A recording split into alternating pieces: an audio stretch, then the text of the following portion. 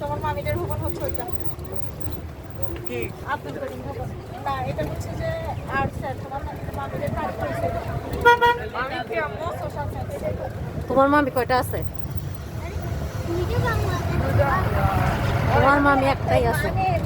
মানে সহকর্মীদের ভবন এটা হচ্ছে যে আর্টস এর বাংলা না আমি দেখি মানে কোন সাবজেক্টে নেচার সোশ্যাল সায়েন্স। একটু দাঁড়াইয়া চাকসুটা দেখাই ওদেরকে। এই যে চাকসু চট্টগ্রাম বিশ্ববিদ্যালয়ের কেন্দ্রীয় সদর এরা কি সেন্ট্রাল মসজিদ সেন্ট্রাল মসজিদ।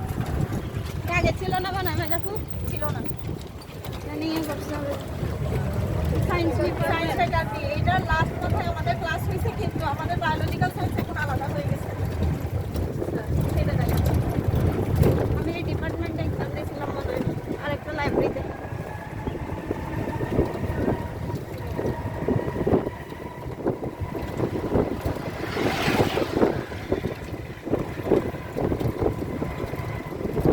আগে আমাদের বিল্ডিং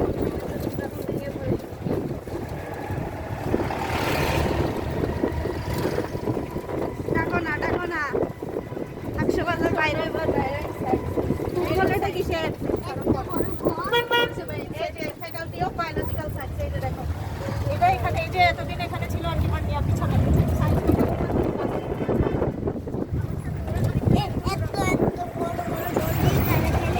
কারা খেলে জিজ্ঞেস করো কালামণিকে, আমি কেন জানি কারা খেলে। জন্য রেখে দিছে যারা তুমি যখন বড় হবে, তুমি তোমার পা বড় হবে তখন তুমি খেলবে, তাই তোমার জন্য সংরক্ষণ করা হয়েছে। তো সিমেন্ট দিয়ে ওরা লাগে। তখন তোমার পা যখন বড় হয়ে যাবে তখন সিমেন্ট দিয়েও খেতে পারবা, খালি পাটা 2-3 বার রাখবো আর কি বেশি অসুবিধা নাই, তখন শক্ত হয়ে যাবে।